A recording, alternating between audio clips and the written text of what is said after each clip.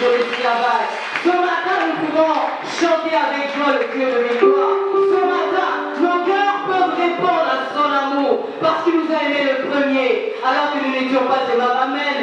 Si cela ne vous dérange pas, nous allons dire un mot gentil à notre Dieu ce matin. Nous allons exprimer notre reconnaissance pour sa bonté, pour son amour, pour sa fidélité, pour sa bienveillance. Lui qui nous a gardés tout au long de la semaine. Il nous a nourris, il nous a protégés. Nous sommes allés, nous en sommes revenus en vie, en bonne santé. C'est à cause de sa grâce. Nous n'avons rien mérité, mais nous avons tout reçu de lui.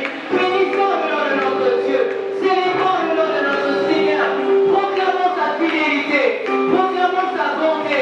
Disons-lui combien il est bon, combien il est merveilleux, combien nous l'aimons, combien il est précieux pour nous. Alléluia. Merci Jésus. Merci pour ce que tu es. Merci pour ta bienveillance. Merci pour ton œuvre parfaite de la croix. Merci parce que tu es mort et ressuscité. Merci parce que ce matin, tu nous as réunis en ces lieux. Tu nous as rassemblés en ces lieux. Des quatre coins de la vie, afin de te bénir, afin de te rendre un culte qui te sera agréable. Nous te chantons, nous te célébrons, nous te bénissons pour ce matin. Tu es merveilleux. Merci Jésus.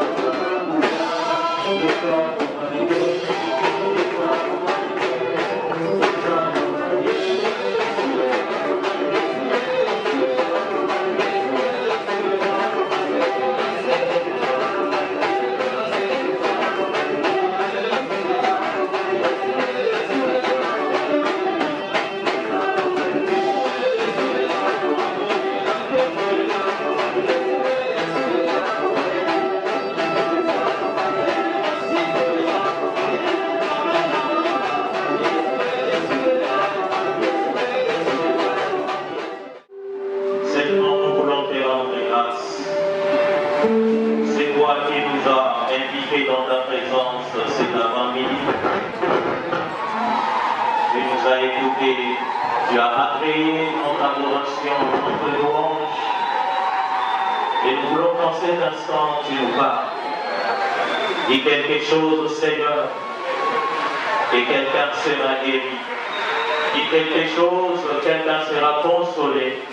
Dis quelque chose, quelqu'un sera convaincu, corrigé, enseigné, instruit, éduqué, exhorté.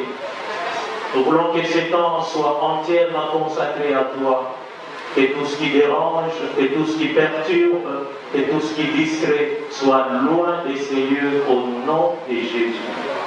Mets tes paroles dans ma bouche et circonscris ce message dans les limites que tu t'es fixées, afin que la chair ne déborde pas loin de ce que tu as prévu pour ton peuple.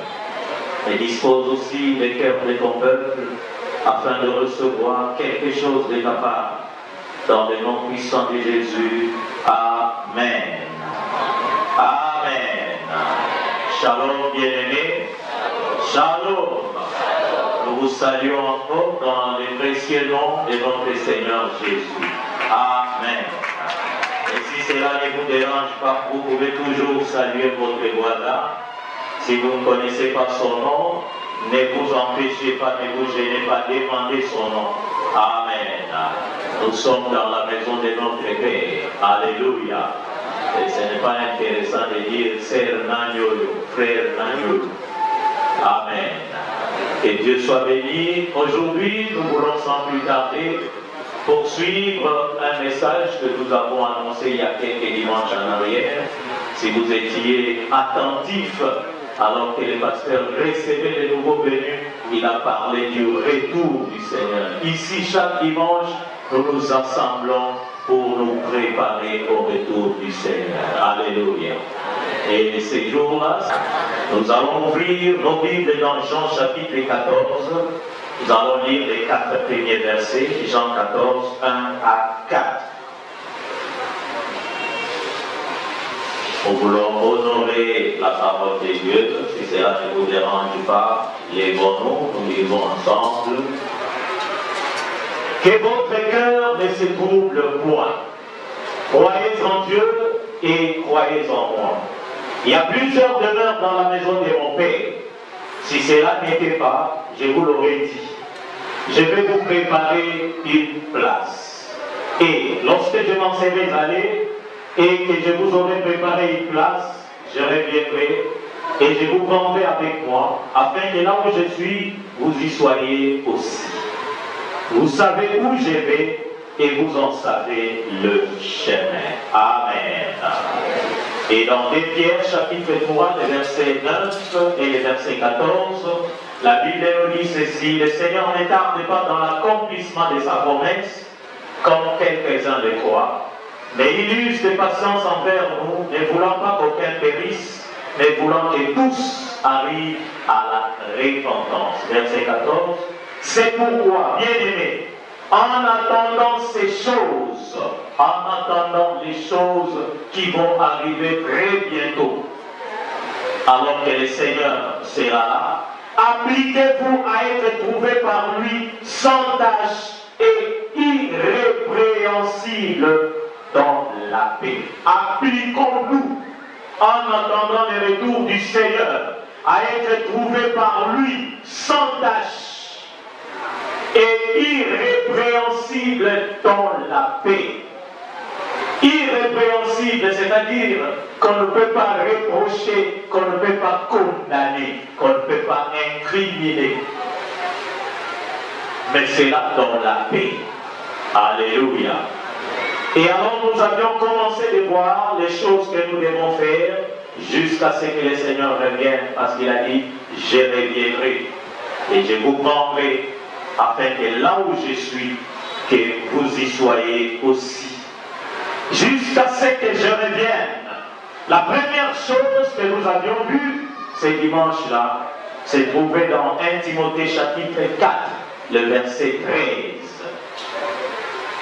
Jusqu'à ce que je vienne, applique-toi à la lecture, à l'exhortation, à l'enseignement. Alléluia. Jusqu'à ce que je vienne, le Seigneur est en train de venir. Il n'a cessé de nous dire qu'il est déjà à la porte. Il est déjà à la porte, il n'est plus très loin. Ne pense pas que tu as encore le temps de t'amuser, de jouer. Il est déjà là, mais jusqu'à ce qu'il vienne, trois choses. Applique-toi premièrement à la lecture, deuxièmement à l'exhortation, troisièmement à l'enseignement. J'étais en train d'observer encore ce matin, alors que le pasteur donnait le programme de la lecture de la parole de Dieu de cette semaine. Personne n'a pris note. En tout cas, je n'ai vu personne. Ce sont des choses qui ne nous intéressent pas. Ceux qui lisent les communiqués perdent leur temps. Ceux qui mettent ces programmes dans les communiqués perdent leur temps. Ça ne nous intéresse pas, on n'en a pas besoin. Nous sommes préoccupés par autre chose. Mais le Seigneur te dit ce matin, jusqu'à ce qu'il revienne, applique-toi, c'est-à-dire fais tes efforts. Fais de cela l'objectif même de ton existence. Donne à cela la première place. Consacre-toi à la lecture de la parole de Dieu. Consacre-toi à l'exhortation. Consacre-toi à l'enseignement. La lecture de la parole de Dieu est très importante. Très importante. Grâce à la lecture de la parole de Dieu, nous apprenons à connaître Dieu. Je bénis le Seigneur parce que le pasteur en a parlé encore pendant les communiqués. Le testament que Dieu nous a donné. Dans ce livre se trouve le projet de Dieu pour l'humanité. Alléluia. Et ce projet de Dieu s'étend sur tous les aspects de nos vies. Et tu ne connaîtras pas les projets de Dieu si tu ne lis pas la parole de Dieu. Tu ne lis pas les pensées de Dieu pour toi. Je n'aurai pas le temps pour vous donner tous les témoignages que j'ai de la lecture de la parole de Dieu. Moi-même, je vous l'ai dit l'autre fois et je vous dis encore ce matin, je suis en avance par rapport au programme de la lecture. Aujourd'hui, je suis déjà à la fin du mois, le 31, donc j'ai 8 jours d'avance par rapport au programme. Parce que je trouve anormal de passer toute une journée sans lire la parole de Dieu. Et le programme, pour moi, c'est trop petit, c'est un retard. Je trouve ça trop long. Parce que la parole de Dieu est très intéressante. Et le message de ce matin, c'est le résultat de la lecture, pas de la méditation, de la lecture de la parole de Dieu, le 8 septembre 2018 à 6 h du matin. Alors que je lisais mon programme, le Seigneur m'a donné ces passages et il m'a donné ces messages. Et j'ai commencé à écrire et ce matin je les partage avec vous. Alléluia. Aujourd'hui c'est le 23 octobre. Il y a un autre programme qui concerne les livres de Proverbes particulièrement. Les livres de Proverbes à 31 chapitres. Et si tu avais commencé à lire un chapitre par jour, depuis le 1er octobre, aujourd'hui tu serais au 23e chapitre. Et toi qui te poses des questions sur la consommation du vin, quand tu lis à partir du verset 29, on te parle des méfaits du vin dans les Proverbes 23. Ce matin, si tu avais lu, mais ce n'est pas trop tard, jusqu'à la fin de cette journée, tu peux lire. C'est un autre programme très simple, mais qui rend sage. Au verset 4 de Proverbe 23, on dit, ne t'applique pas à chercher la richesse. Au verset 10, on dit, ne déplace pas les bornes anciennes, n'entre pas dans les champs des orphelins, car leur vengeur est puissant et il défendra leur cause.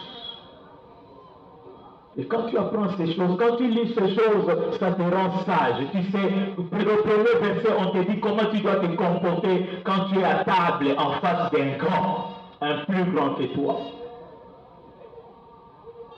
Au au verset 20, on te dit, ne t'applique pas, ne sois pas parmi ceux qui prennent le vin, qui s'enivrent de vin, parmi ceux qui font des excès, des tables, parce que c'est lui l'ivrogne, et celui qui fait des excès s'appauvrisse, et la paresse fait porter des haillons. Simple, mais tu as la sagesse pour toute une journée. Et ça te permet de te comporter face à toutes ces choses. Va lire ça, tu verras. Très intéressant. Et voilà pourquoi nous avons des problèmes et nous n'avons pas de solution. Nous cherchons la solution dans les lois des ancêtres parce que nous ne connaissons pas la loi de Dieu. Alléluia. Un autre témoignage en passant, un jour j'étais en train de lire, toujours dans le programme, j'étais dans le livre d'Osée, Osée chapitre 14, j'ai lu le premier verset, j'ai lu le deuxième verset, j'arrive au troisième, j'ai senti que je devais retourner au deuxième. Et souvent quand Dieu me parle pendant les lectures, il me ramène à un verset que j'ai lu plusieurs fois, et j'ai eu envie de chanter. Ouvre ta Bible dans Osée 14. Le deuxième chapitre, et tu verras les cantiques nouveaux que Dieu m'a donnés ce matin-là, alors que je lisais. Subitement, je me suis mis à chanter sur ces chapitres, sur ces versets. Je chantais, apportez avec vous des paroles et révélez à l'Éternel. Apportez avec vous des paroles et revenez à l'Éternel, dites-lui, pardonne, pardonne, pardonne toutes nos iniquités, dites-lui, pardonne, pardonne, pardonne toutes nos iniquités, et reçois-nous favorablement. Nous t'apportons au lieu des taureaux l'hommage de nos lèvres. Pardonne toutes nos iniquités, dites-lui. Dieu avait composé un cantique dans le ciel et il m'a donné ce matin-là pendant que je lisais la Bible et je me suis mis à chanter. Alléluia. La lecture de la parole de Dieu est très importante, très intéressante. Tu veux que ta vie chrétienne soit agréable, apprends à lire la parole de Dieu. Simplement. Je ne te parle pas de méditer, je te parle de lire. Là, je suis en train de parler seulement de lire. Alléluia. Et je peux passer toute la journée à te donner les témoignages des bienfaits de la lecture de la parole de Dieu dans ma vie. Deuxième chose, applique-toi à l'exhortation. Tu lis la parole de Dieu, tu seras capable d'exhorter. Si aujourd'hui tu n'arrives pas à exhorter, c'est parce que tu ne lis pas. Et quand tu as un problème, non, nous c'est Dieu a dit. Alléluia. Les paroles des anciens passent, mais la parole de Dieu subsiste de génération en génération, d'éternité en éternité.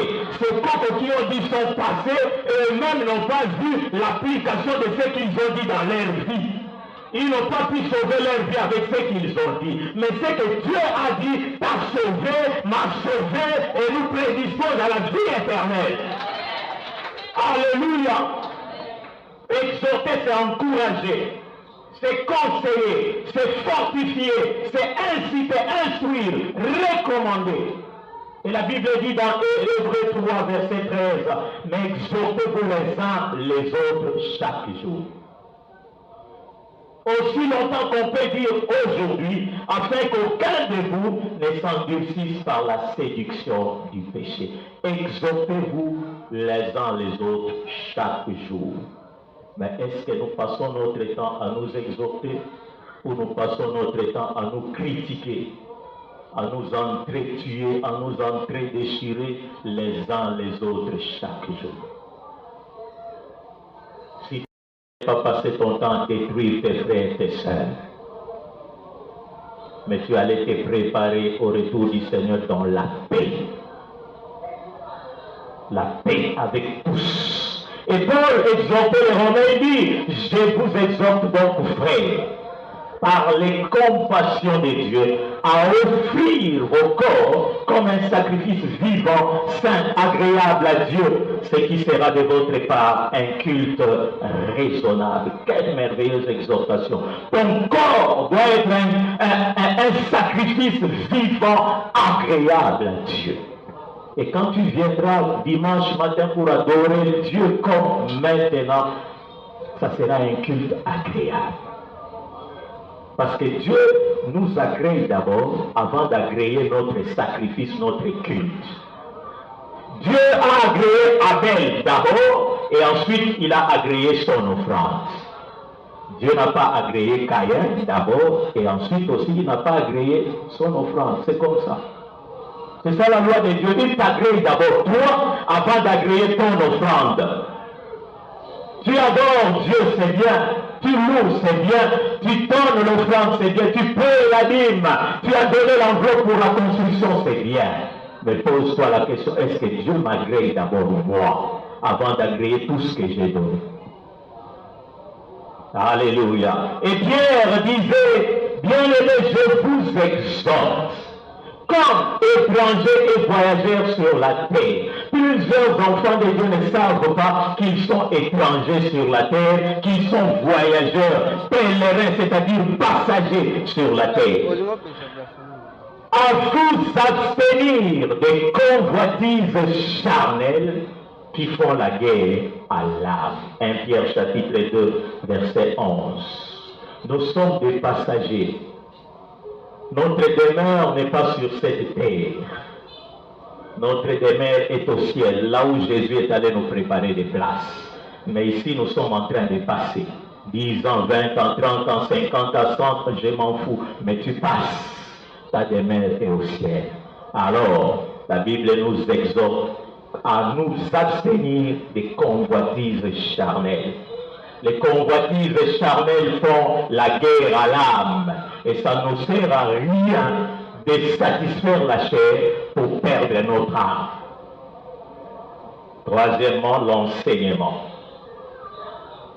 Avant de partir dans Matthieu 28, 19 à 20, Jésus-Christ a dit, allez, faites de toutes les nations des disciples. Et au verset 20, il dit, enseignez-leur. Il n'a pas dit aux pasteurs, il n'a pas dit aux prophètes, aux apôtres, il a dit à tout celui qui se considère comme chrétien, enfant de Dieu, disciple de Christ. Enseignez-leur à observer quoi? Tout ce que je vous ai prescrit. Je vous l'ai prescrit où? Dans ma parole. Alléluia. Tu dois lire la parole de Dieu pour connaître tout ce que Dieu a prescrit et ensuite enseigner aux autres. Pendant que j'ai pensé à ça, Dieu m'a parlé des parents qui ne lisent pas sa parole, qui ne connaissent pas sa parole et qui sont incapables d'enseigner sa parole à leurs enfants. Parents, est-ce que vous enseignez la parole de Dieu à vos enfants? La Bible dit, enseigne l'enfant la voie qu'il doit suivre. Quand il sera vieux, il ne s'en détournera point. Est-ce que tu enseignes tes enfants? Réponds dans ton cœur. Si tu ne le fais pas, ce n'est pas trop tard, tu peux commencer aujourd'hui. Là-bas, à l'école, on enseigne aux enfants et on leur dit d'aller répéter les leçons à la maison. Est-ce que tu as le temps de demander à tes enfants qu'est-ce qu'on vous a appris aujourd'hui? Et discuter avec eux, de compléter ce qu'ils n'ont pas bien compris. C'est notre devoir. Dieu nous demandera des comptes. Les ancêtres t'ont dit que mais Dieu t'a dit que tu es responsable du cœur de ton fils. Tu vois comment les ancêtres nous trompent. C'est toi qui as demandé cet enfant à Dieu. En principe, Dieu t'a donné toutes les capacités pour éduquer, enseigner, élever, instruire cet enfant selon ses voies. Si tu es réellement toi-même chrétien. Et si tu ne le fais pas, ces jours-là, le Seigneur te demandera des comptes. Peu importe ce que tu fais à l'église, peu importe ce que tu donnes à l'église. Donc nous devons nous appliquer à la lecture de la parole, ainsi nous aurons le succès et la réussite dans ce que nous entreprenons. Devons nous appliquer à l'exhortation, ainsi nous serons fermes et fidèles en notre marche avec Dieu et nous devons nous appliquer à l'enseignement, ainsi nous formerons des disciples. Et je l'ai dit, les premiers disciples, nous parents que nous devons former, ce sont nos enfants. Alléluia. Est-ce que tes enfants savent pourquoi tu es venu à l'église ce matin? Il y a même des parents qui viennent à l'église, ils s'en foutent du sort de leurs enfants. Les enfants sont restés à la maison. Lui, il vient à l'église seul. Non, le salut est individuel. Mais tu es le pasteur de ta maison. Donc c'est par toi que le salut doit entrer dans ta maison. Crois au Seigneur Jésus, tu seras sauvé seul. Parce que le salut est individuel. Alléluia. Cette parole-là te jugera. Elle commence déjà à te juger maintenant, pendant que je parle, parce que je vois des parents qui me regardent avec des yeux étonnés. Oui, parce que tu ne lis pas. Si tu lisais, tu devrais savoir que tu dois croire au Seigneur Jésus pour être sauvé, toi et ta famille. Parce que tu es sauvé par toi, Dieu doit sauver toute ta famille. Alléluia. Alors que tu t'es fait juge, tu dis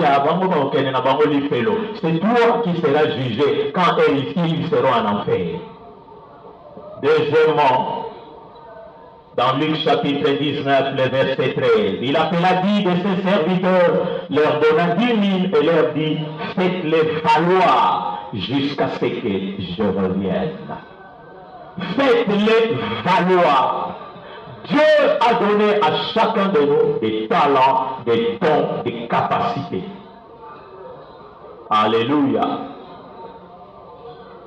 Selon la mesure de la grâce de Dieu, tu as reçu quelque chose de sa part. Aujourd'hui, Dieu te dit, fais-le valoir jusqu'à ce que je revienne. Donc la deuxième chose que nous devons faire, c'est faire valoir nos dons, nos talents, nos capacités. Tu n'as peut-être pas reçu de Dieu beaucoup d'argent, tu n'as peut-être pas reçu un ministère de la parole, mais tu as reçu quelque chose. Chacun de nous, nous avons 24 heures chaque jour. C'est ce que nous recevons tous. 24 heures. Alors qu'est-ce que toi tu fais de tes 24 heures chaque jour? Quelle est la part de Dieu dans les 24 heures qu'il te donne chaque matin? Quelle est la part de Dieu dans ses bontés, ses grâces, son amour, ses merveilles qu'il renouvelle chaque matin dans ta vie? Alléluia. Dieu t'a donné le temps. Qu'est-ce que tu fais de ce temps-là pour Dieu? Dieu t'a donné la force. Qu'est-ce que tu fais de cette force-là pour Dieu? Dieu t'a donné la beauté. Qu'est-ce que tu fais de cette beauté pour Dieu? Une fois, je me souviens, nous étions en nuit de prière des encadreurs de l'intercession.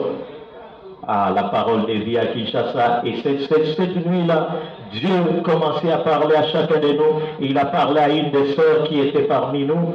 Il dit, c'était une sœur qui était très jolie. Il dit, je t'ai donné cette beauté pour ma gloire. C'est un instrument pour gagner les âmes. Tu peux utiliser ta beauté pour gagner les âmes. Au lieu que ta beauté soit un piège pour te faire tomber chaque jour dans l'impudicité et détruire le foyer d'autrui. C'est un instrument pour gagner les âmes. Alléluia. Je n'aurai pas le temps de parler de ce témoignage que Dieu m'a rappelé encore hier soir pendant que j'ai révisé ces notes. Je suis allé aider une église qui m'avait invité parce qu'il devait construire. J'ai été, je ne sais pas, je ne sais pas quel est le terme que j'ai fait utiliser. Donc je me suis retrouvé à l'école de la fourmi. L'école de la fourmi. Cette église-là, je crois, ils sont 10 fois moins nombreux que nous. Mais quelle organisation! Ils n'ont pas de matériel, des outillages comme nous, au nom de brouettes. Non, quand ils programment, bon, la semaine prochaine, nous allons travailler. Point. Chacun s'élève. Pasteur, moi, je vais donner ma brouette.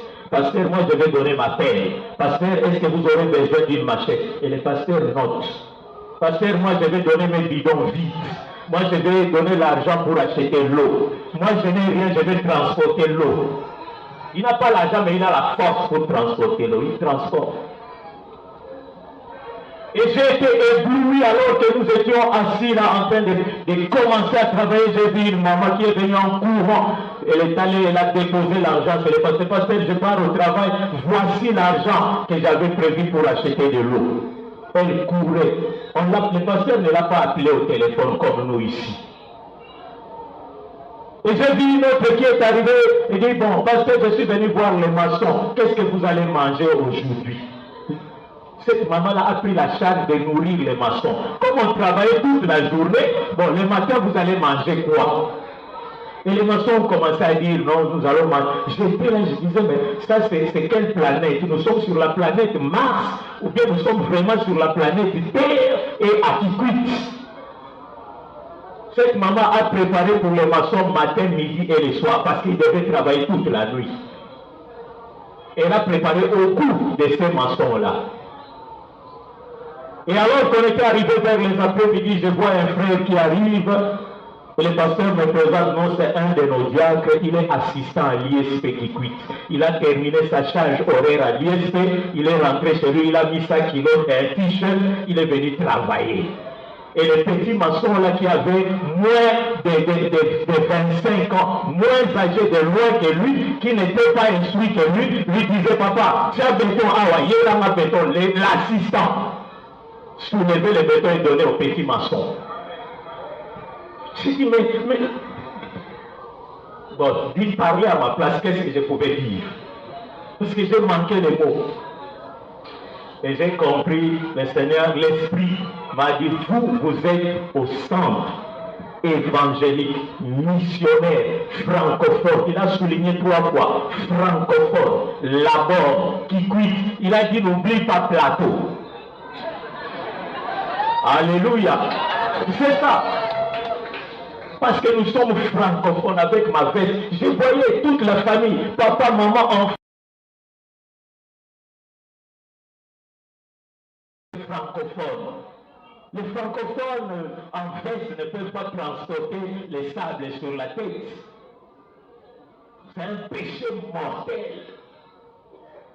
J'étais à l'école de la fourmi. J'ai dit, waouh, il y a quand même des chrétiens au 21e siècle qui vivent comme les chrétiens du 1er siècle.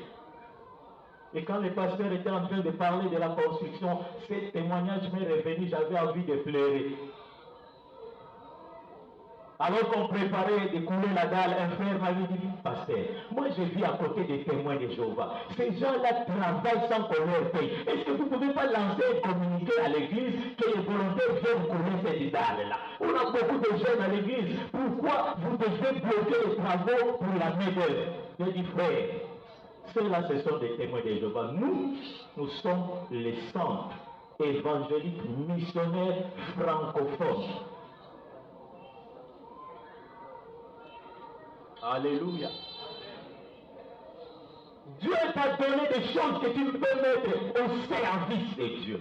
Tu ne prêcheras pas certainement comme moi, mais tu as des choses que tu dois faire. Si tu ne le fais pas, écoute ce que la Bible dit. Le matin, en retournant à la ville, il eut faim. C'est Jésus dans Matthieu 21. Voyant un figuier sur le chemin, il s'en approcha, mais il n'y trouva que de feuilles. Et il lui dit que jamais fruit ne naisse de toi, et à l'instant, le figuier sécha. Plusieurs voient leur situation, leurs travaux, leurs affaires sécher. Et ils viennent déranger les serviteurs de Dieu, prier pour moi, prier pour moi. Est-ce que tu fructifies ce que Dieu t'a donné? Lisez la suite du passage que nous avons lu. Celui qui avait caché ce qu'il avait reçu sous la terre. Qu'est-ce qu'on avait fait? On avait retiré les seuls talents qu'il avait. On a donné à celui qui en avait 10. Les seuls petits talents que Dieu t'a donné là, que Dieu est en train de négliger, il va retirer ça, il va donner à un autre. Et tu te rendras compte que toi qui tombais malade rarement, une fois tous les 5 ans, tu commences à tomber malade chaque jour. Parce que la force, la santé que Dieu t'a donnée, tu ne l'utilises pas pour sa gloire. C'est ça l'évangile. C'est comme ça que moi j'apprends quand je lis la parole de Dieu. Alléluia. Troisièmement, le Seigneur nous demande d'être patient. Jacques chapitre 5, le verset 7. Soyez donc patients, frères, jusqu'à l'avènement du Seigneur. Soyez patients. Là, tu vas m'aider, tu vas dire à ton voisin, sois patient. Que des chrétiens pressés, que des enfants de Dieu pressés. Nous voulons tout recevoir aujourd'hui et maintenant. Je me convertis maintenant, aujourd'hui. Je trouve le travail aujourd'hui. Je me marie aujourd'hui. J'ai des enfants aujourd'hui. Je me bâtis des maisons aujourd'hui. Je m'achète des types aujourd'hui. Je voyage dans le monde aujourd'hui. Et quand le diable ouvre la porte de l'occultisme, nous sommes les premiers à sauter la tête la première. Parce que nous voulons avoir tout aujourd'hui. Soyons patients. Jacques chapitre 5, le verset 11. Voici, nous disons, bienheureux ceux qui ont souffert patiemment. Ça ne signifie pas que parce qu'on est chrétien, on ne souffrira pas, on souffrira. Mais nous devons souffrir patiemment. Vous avez entendu parler de la patience de Job. Et vous avez vu la fin que le Seigneur lui accorda. Car le Seigneur est plein de miséricorde et de compassion. Sois patient même dans la souffrance, car Dieu connaît ton cas, il connaît ton sort. Peut-être que ta souffrance n'est que le passage d'un désert qui te conduira après la traversée du Jourdain dans ta terre promise. On ne peut pas contourner les déserts, il faut passer par les déserts. Et pendant la semaine, on m'a envoyé une vidéo dans laquelle un roi avait placé un gros rocher sur le chemin qui conduisait à son château. Et tous ceux qui étaient là se plaignaient, mais le roi ne fait rien pour dégager la route et il contournait les rochers. Un jour, un pauvre paysan qui revenait de son champ avec ses légumes dans son panier est arrivé là-bas. Il a dit, mais il faut que j'enlève ça. C'était une grosse pierre. Il a souffert, il a pris du temps pour enlever ça. Il a roulé la pierre hors de la route. Et après, il a vu un petit sac là où se trouvait la pierre. Il a pris le sac, il a ouvert, il a trouvé des pièces d'or. Il y avait beaucoup d'or dedans. Et un mot du roi, le roi écrit, cet or est pour celui qui va enlever cette pierre de la route. Et en un clin d'œil, le petit paysan est devenu extrêmement riche. Il a pris du temps. Combien de temps, je ne sais pas, c'était une grosse pierre. Il a souffert pour rouler la pierre. Il est devenu extrêmement riche. Mais il pouvait passer comme tout le monde. Oh, Makamba roi. Vous avez un roi incompétent, il ne fait rien. C'est ça le langage des Congolais. Tous c'est les présidents, tous c'est les chefs, tous c'est les ministres, tout. Même ta propre maison pour balayer ça, les ministres ne fait rien. C'est pas possible. Nous devons être délivrés. Dis à ton voisin, nous devons être délivrés. C'est vrai, nous sommes chrétiens. Christ a fait sa part, il nous a délivrés. Mais là-dedans, les Congolais, nous sommes encore liés. C'est pas normal. Et quand on construit une petite toilette dans une école, on appelle tous les ministres en fesse et on coupe les ribans. Quelle honte! Honnêtement, moi, ça me gêne. Et vous voyez des petits Congolais malheureux en train de danser devant les toilettes qu'on vient de construire. Vous n'avez pas honte. Dis à ton voisin, vous n'avez pas honte. Bientôt ils vont venir, nous allons vous voir. Alors que nous viendrons le matin au culte, vous irez les attendre à Kikwit 4 et à l'aéroport toute la journée, sous le soleil. Les coqs et les poules du village vont revenir. Les bureaux des partis politiques sont en train de naître à la cité. Ils avaient disparu. Nous allons vous voir. Alléluia. Habakkuk chapitre 2, le verset 3, la Bible dit, car c'est une prophétie dont le temps est déjà fixé. Elle marche vers son terme et elle ne mentira pas. Si elle tarde, attends-la, car elle s'accomplira certainement. Attends patiemment, ça va s'accomplir. Alléluia. Et Jacques dit dans Jacques 5, verset 8, vous aussi, soyez patients, affermissez vos cœurs, car l'avènement du Seigneur est proche. Alléluia. Soyez patients, affermissez vos cœurs. Tout à l'heure, après ce qu'il y aura affermissement. L'avènement du Seigneur est proche. Alléluia. Quatrièmement, retenir ce qu'on a, jusqu'à ce que l'Éternel, jusqu'à ce que le Seigneur revienne. Retiens ce que tu as. Ne le multiplie pas seulement, mais retiens-le. Parce que tu peux multiplier, mais après tu perds tout. Nous avons vu dans ces pays des gens qui ont été énormément riches et qui sont devenus médiocrement pauvres parce qu'ils n'ont pas pu retenir ce qu'ils avaient. Apocalypse chapitre 2, le verset 25.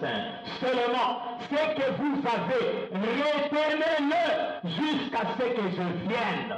Jusqu'à ce que le Seigneur revienne, retiens ta foi, retiens ton salut, retiens ton assurance, retiens ta consécration, retiens ta sanctification, ne perds rien, retiens ton ministère. Jusqu'à ce qu'il vienne. Ne sois pas de ces chrétiens qui disent Bishotan ou Tosalaki. Non, il n'y a pas d'anciens combattants dans l'armée de Dieu. Il n'y en a pas. Nous, quand nous avons commencé l'église de la bonne qui cuite, et maintenant, qu'est-ce qui manque? Ne servons pas le Seigneur dans le passé, gloire à Dieu, parce que c'est parmi les recommandations qu'il m'avait données. Si tu ne veux pas être religieux, arrête de le servir dans le passé. De dire quand j'étais jeune, je jeûnais 3 fois par semaine, je faisais ceci, je faisais cela, quand j'étais intercesseur, quand j'étais gagneur d'âme, et maintenant. David, devant Goliath, il a dit à Saül, quand j'étais dans les champs, quand les lions venaient, je faisais ceci, je faisais cela. Quand l'ours venait, je faisais ceci, je faisais cela. Maintenant, ce que je faisais là, je vais le faire à cet incirconcis. Alléluia. Ce que je faisais quand j'étais jeune, c'était pour me préparer à ce que je fais maintenant. Ce n'est pas pour dire non, Bishotan ou Tosalaki. Oui, Tosalaki me bokenda wa, parce que ça kadawa. Alléluia. Retiens ce que tu as jusqu'à ce que le Seigneur revienne. Comme quand il est revenu devant ceux à qui il avait donné les talents, il a demandé des comptes. Pendant qu'il va revenir, il va te demander des comptes. Je t'avais sauvé, je t'avais donné la foi, je t'avais donné un ministère, je t'avais donné des disciples, je t'avais donné ceci. Qu'est-ce que tu en as fait? Jésus-Christ, dans Jean 17, quand il rendait compte à son Père, il a dit, je n'ai perdu aucun de tout ce que tu m'avais donné, sauf le fils de la perdition. Alléluia. Qu'est-ce que tu as déjà perdu? Alléluia. Retiens ce que tu as jusqu'à ce que le Seigneur vienne. N'abandonne pas ton assurance. Tu n'as pas encore résisté jusqu'au sang. Continue à résister. Alléluia. Quatrièmement, annoncer la mort du Seigneur. 1 Corinthiens chapitre 11, le verset 26. Car toutes les fois que vous mangez ce pain et que vous buvez cette coupe, vous annoncez la mort du Seigneur jusqu'à ce qu'il vienne. Jusqu'à ce que le Seigneur vienne, nous avons la mission, la tâche, l'ordre d'annoncer sa mort. Voilà pourquoi Paul, quand il prêchait, il ne prêchait pas les habits, il ne prêchait pas les voyages, il ne prêchait pas les mariages, il ne prêchait pas toutes ces choses inutiles que nous prêchons aujourd'hui, mais il prêchait... On ne peut pas contourner les déserts, il faut passer par les déserts. 1, verset 23. Nous prêchons Christ crucifié. Corinthiens 2, car je n'ai pas eu la pensée de savoir parmi vous autre chose que Jésus-Christ et Jésus-Christ crucifié. crucifié. 1 Corinthiens 2, 8, sagesse qu'aucun des chefs de ce siècle n'a connue, car s'ils l'eussent connue, ils n'auraient pas crucifié les seigneurs de gloire. Alléluia. Annonce la mort et la résurrection de Jésus-Christ. Parce que si tu es là ce matin, c'est grâce à l'œuvre de la croix. Ce n'est pas grâce à ton mariage, ni à ton travail, ni à tes affaires, ni au voyage. Moi, j'ai toujours dit, le voyage qui m'impressionne, c'est le voyage vers le paradis. Quand quelqu'un me dit qu'il a voyagé vers le paradis, là, ça me donne matière à réflexion. Mais quand tu voyages pour l'Europe, pour les États-Unis, qu'est-ce que ça a à voir? Parce que nous avons l'ordre de mission d'aller dans toute la terre, aux extrémités de la terre. Ce n'est pas un problème. Oh non, nous avons un voyage, Amen, amen. Alors, bénissez Bambongo Pessi.